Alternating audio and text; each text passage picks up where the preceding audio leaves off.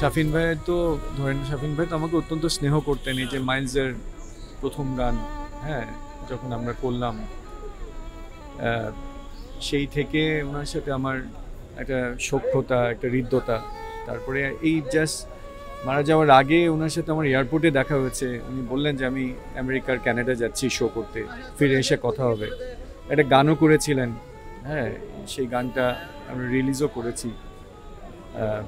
So ওনার সাথে আসলে উনি নিজে গানের বেস গিটার প্রোভেশনটা ভালো লাগেনি দেখে উনি আবার নিজে চেয়ে নিয়ে বেস গিটারটা বাজিয়ে দিয়েছেন, নিজে বাজিয়ে আবার পাঠিয়েছেন। মানে এরকমই শিল্পী ছিলেন, মানে গানের জন্য এবং শিল্পের জন্য অন্যরকম ছিলেন।